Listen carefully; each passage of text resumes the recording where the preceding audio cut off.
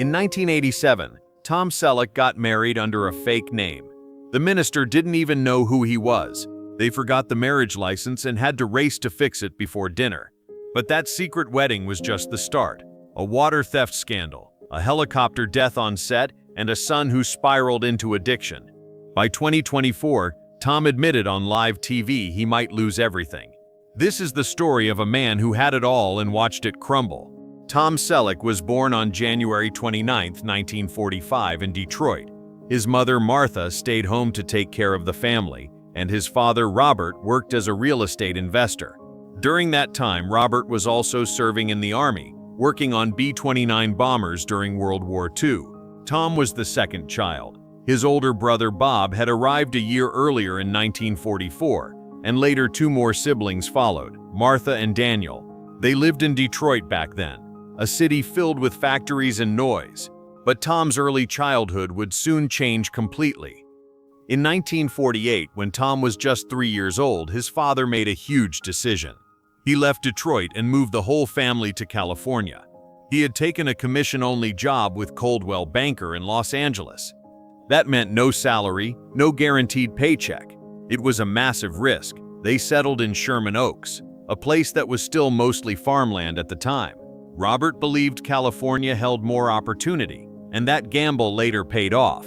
By 1960, he was making $70,000 a year in commissions, which was close to what the president earned. But for Tom, growing up in California wasn't easy. He started to grow taller than everyone else. Eventually, he reached 6'4". Even as a kid, he stood out in every classroom. He felt awkward and different, and it made school tough at times. But slowly, he began turning that height into something good. He joined the basketball team at Grant High School and became a standout player. He also played baseball. His body, his coordination, and his focus helped him rise. But that didn't mean life was simple. When Tom was 17, something happened that could have ended everything. He was riding in a car with two friends traveling down the dangerous curves of Mulholland Drive. The car lost control, went airborne, and crashed. It was his mother's red Chevy Corvette. The accident was so bad it became the opening story in his 2024 memoir. They survived, but it changed Tom forever. It made him more careful, more thoughtful. He never forgot how close he came to dying that night. Even though Robert eventually became successful, the early years in California were hard. The family struggled with money, so Tom worked. During high school, he got a part-time job at a clothing store. He kept working there even after he started acting classes. He also chose Valley Junior College because it let him live at home and save money. Even after he joined 20th Century Fox's acting program and then lost that opportunity, he went right back to the store. Work was never beneath him. He did what he had to do. But the rejections were coming fast. He had always dreamed of attending USC, but they didn't give him a scholarship at first. He turned down a full basketball ride to Montana State just because he wanted USC so badly. So he worked, saved, and attended Valley College first. In 1965, he finally made it into USC. He played for the basketball team but only scored 4 points in 7 games. The next season, he scored 0 in 3 games. The team said he was quick but needed better defense. His sports dreams faded fast. While majoring in business, he found side jobs. He worked for United Airlines as a campus rep. His Sigma Chi fraternity buddies pushed him into going on the dating game in 1965 and again in 1967. He lost both times. It was humiliating, but that embarrassment somehow opened a door. A casting agent saw him and gave him a chance to audition for a Pepsi commercial. He got the part. All he had to do was dunk a basketball on camera. He drank so much Pepsi during the shoot he got sick. But the $1,000 from that ad led directly to his offer from 20th Century Fox. Then the Vietnam War changed everything. In 1967, Tom got his draft notice. Instead of going to war, he joined the California National Guard's 160th Infantry. He served for 6 years from 1967 to 1973. He rose to sergeant and later became a second lieutenant after training at the California Military Academy. At one point, he even responded to the Watts riots in Los Angeles. But the cost was steep. While he served, Fox dropped him. He kept his uniform in the trunk of his car, ready for deployment anytime, even during auditions. When he returned to acting, he trained at the Beverly Hills Playhouse under Milton Katselas. It was intense. Katselas was a rough teacher. Some said it felt more like a cult than a classroom. The students had to stand and clap whenever he walked in. He shouted, he pressured. He told actors to pull their own hair out to feel rage. Some called him abusive, others called him brilliant. But Tom stuck with it. He endured everything. Even though he never joined Scientology, many said Katselas was using the class to recruit. The dating game haunted him for years. Losing twice on national TV made him question everything. He told AARP it was the most embarrassing thing he'd ever done. His looks didn't help him. His charm didn't work. He started feeling like he didn't belong on screen. The second loss hurt more than the first. That memory stayed with him for years. But then something ridiculous happened. He was fired from a show just because he was too tall. At 6'4", he made the other actors look tiny. Directors didn't know how to shoot scenes with him. One agent even told him his height was a problem. Imagine being fired for how tall you are. It was crushing. For years, he had to accept bit parts just to stay in the game. From 1974 to 1979, he appeared in 6 episodes of The Rockford Files. He played Lance White, a detective. It should have helped his career, but behind the scenes, he clashed with the star James Garner. Tom wanted his character to feel real. Garner wanted Lance to be silly, more of a joke. They argued about lines, tone, direction. The tension was obvious. Some scenes were rewritten on set.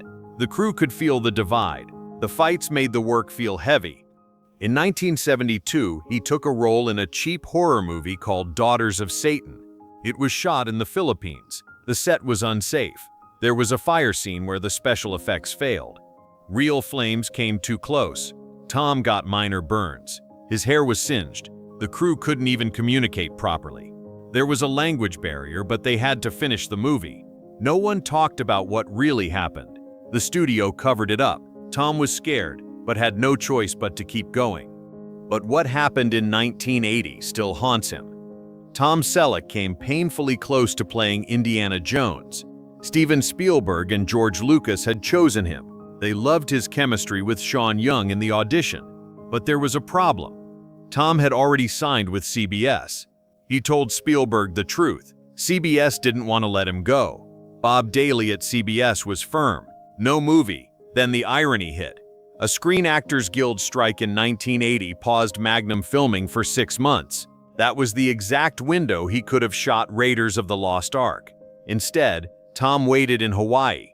Meanwhile, Harrison Ford took the role and became a global icon. Tom said later he wasn't happy about it. That one decision may have cost him over $100 million. Tom Selleck almost walked away from the role that made him a star. When he first read the original script for Magnum PI, he hated it. It wasn't the smart, funny character we remember today. The first draft made Magnum a cartoon version of James Bond. He had a house on seaside cliffs, a vicious dog, and even a hang glider with machine guns. Selleck looked at the producers and said he didn't want to play what he looked like. He had done 6 failed pilots before. This one felt like his last shot, but he wasn't going to fake it. He told Donald Bellisario he wanted a character with humor, not just action. Bellisario listened. He rewrote the whole thing after filming had already started. The change delayed production and made CBS nervous, but it saved the show and Selleck's career. That same year, tragedy struck on set. A helicopter crash during filming took the life of 33-year-old camera operator Robert Vander Kar. The pilot, Robert Sanders, survived, but was badly injured. They had been filming a routine ocean scene off the coast of Oahu. When the chopper went down, Sanders dove again and again trying to save Vander Kar. He never made it out.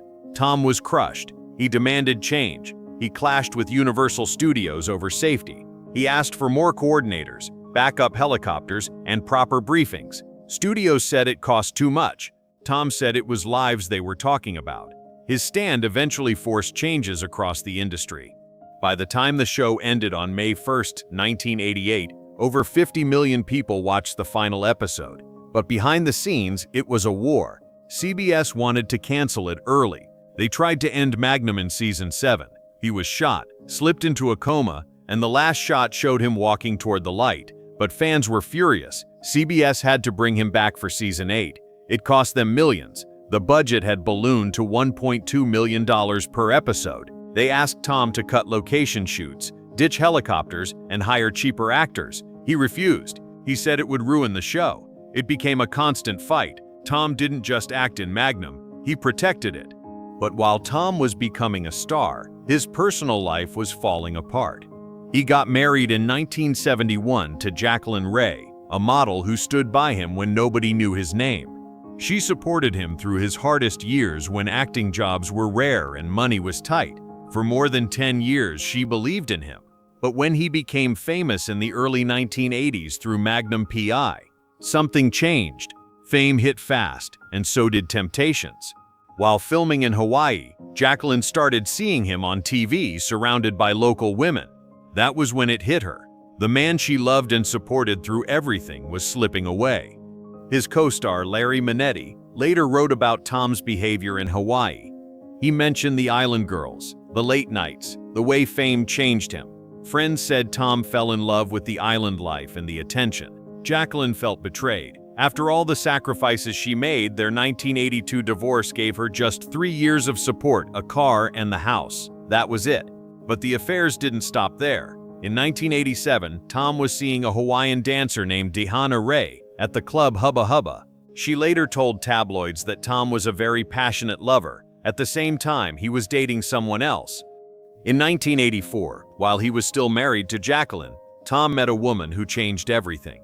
Her name was Gilly Mack, a British actress dancing in the West End version of Cats. Tom became obsessed with the show. He kept going back again and again. His co-star Jane Seymour thought it was strange. She said she liked Cats but didn't get why he went back 12 times. At the time, tabloids went wild. Rumors of an affair swirled. People followed him, followed her, trying to prove something. Gilly didn't even know who Tom was. Her TV had been stolen 3 months earlier.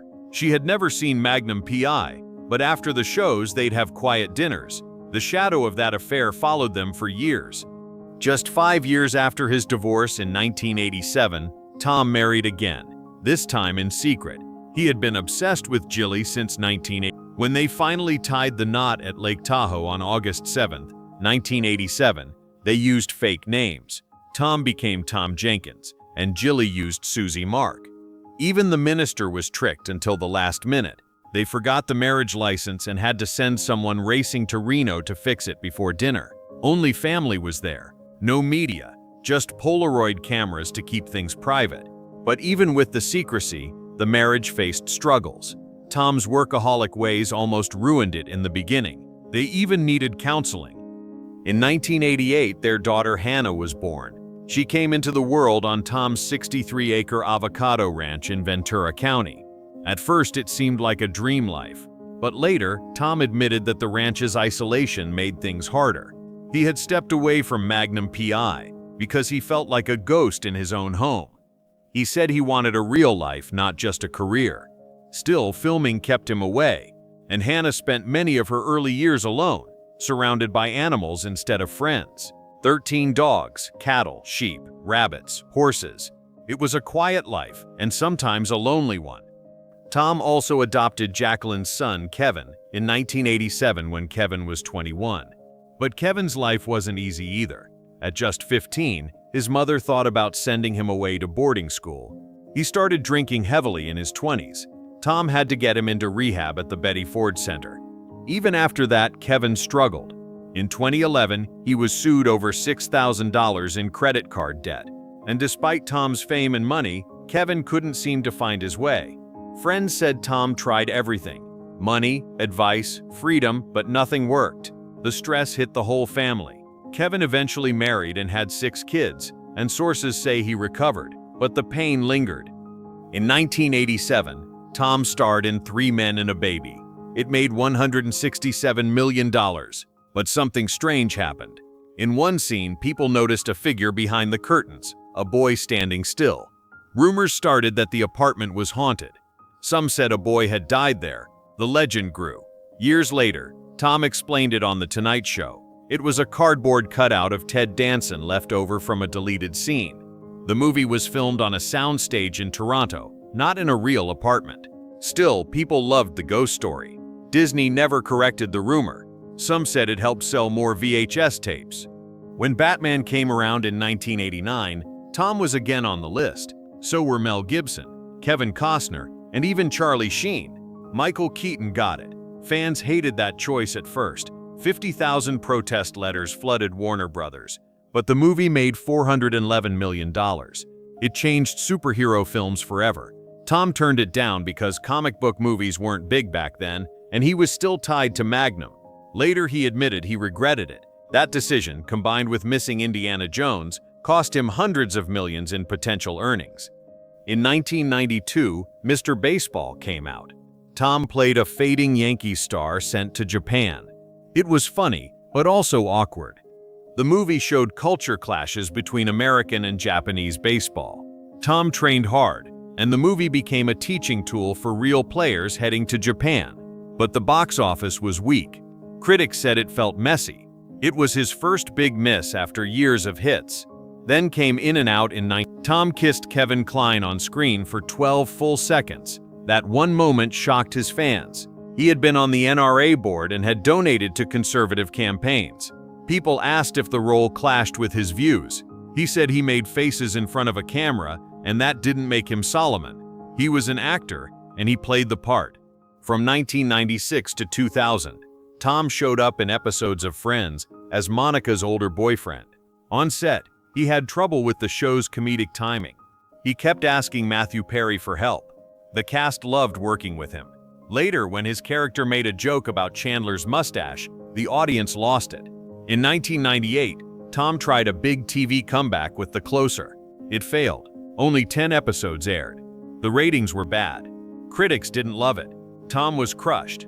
He took a full year off retreating to his 63-acre ranch. He said it taught him about failure and resilience. Then came Jesse Stone. From 2005 to 2015, he starred in 9 TV films based on novels. He even started co-writing the later ones.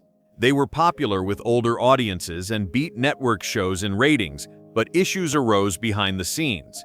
The movies kept going until 2015, when Tom decided to focus on other projects. Back in 1988, Tom had bought that same 63-acre ranch from Dean Martin for $5 million. But the peace didn't last. In 2015, the Water District sued him for allegedly stealing 1.4 million gallons of water. California was going through one of the worst droughts in its history with a 36% mandatory cutback in his area. Investigators said Tom sent a tanker truck 12 times to fill water from a public hydrant 8 miles away. It cost the district $21,685.55 just to prove it with a private investigator. That's exactly what Tom ended up paying to settle the case and stop taking water. But that wasn't the ranch's only trouble. By 2023, nearly all his 2,500 avocado trees were destroyed by brutal droughts. Even 25 oak trees that had been there for more than 100 years died. Tom, now 79, said it broke his heart. He admitted in 2012 that making money from avocados had always been tough. He once joked he didn't even like them and questioned why he should eat them when he could sell them. But by 2023, the business had completely collapsed. From 2010 to 2024, Tom played Frank Reagan in Blue Bloods. He was the highest-paid actor, earning $200,000 per episode. But in 2023, CBS asked the cast to take a 25% pay cut to save the show. Tom agreed. He lost $1.2 million. Still, the show was canceled. He said he was frustrated. He begged CBS to reconsider. He told them the show was the third highest scripted series, and they were winning the night. The finale aired on December 13, 2024. He read a poem. Cast and crew cried, but CBS didn't budge. Then came 2024. Blue Bloods, his longest-running show, was gone. Tom had been earning about $4.8 million per season. But despite that, he said on CBS that he wasn't sure if he could afford the ranch without working. He said he was set for life, but maybe not on a 63-acre ranch. The ranch was now worth $12 million, but he had taken out $15 to $16 million in loans back in the 2000s. Nobody knew how much was left to pay. Tom even offered to help cut salaries just to keep the show alive, but it didn't work. By 2025, Tom's health started to collapse. At 80, he was barely recognizable. His friends said he looked worn down, with visible weight gain. He had once flown across his land on an ATV, checking wildflowers and doing hands-on work, but now he could barely move. He had arthritis and had undergone bilateral knee surgery in 2024 with visible scars down both legs. The medications, especially prednisone, made him hungry all the time, and depression made it worse. He started eating fast food in secret, hiding snacks from everyone. At 6'4", his weight had increased significantly. Doctors warned about potential health risks. His wife Jilly stayed by him, but even she was concerned. In July 2024, he was spotted in public looking unrecognizable to some fans. By October 2024, Jilly staged what friends called a mini intervention. She convinced him to cut back on fast food and start exercising again.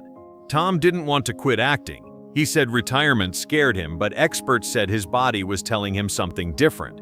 Still, he kept holding on. In May 2024, he released his memoir, You Never Know, co-written with Ellis Henican. It became a bestseller overnight. For 320 pages, he told everything. Childhood stories, roles he turned down, how fame changed him, what he regretted, what he didn't. It was his most open moment. CBS tried to carry the legacy forward with a Blue Bloods spin-off in 2025 focused on Donnie Wahlberg. Tom wanted to be part of it. He begged, he pushed, but insiders said his health might stop him. He needed help just to walk. Wahlberg said maybe there'd be cameos since New York and Boston were close, but everyone knew it would be hard. By 2026, people around Tom believed he might finally step away. He didn't want to, but his body was demanding rest. His mind needed work, his soul needed purpose, but his knees, his heart, his overall health, they were all telling him something. That ranch, which once gave him peace, now felt like a burden in some ways. He feared losing it.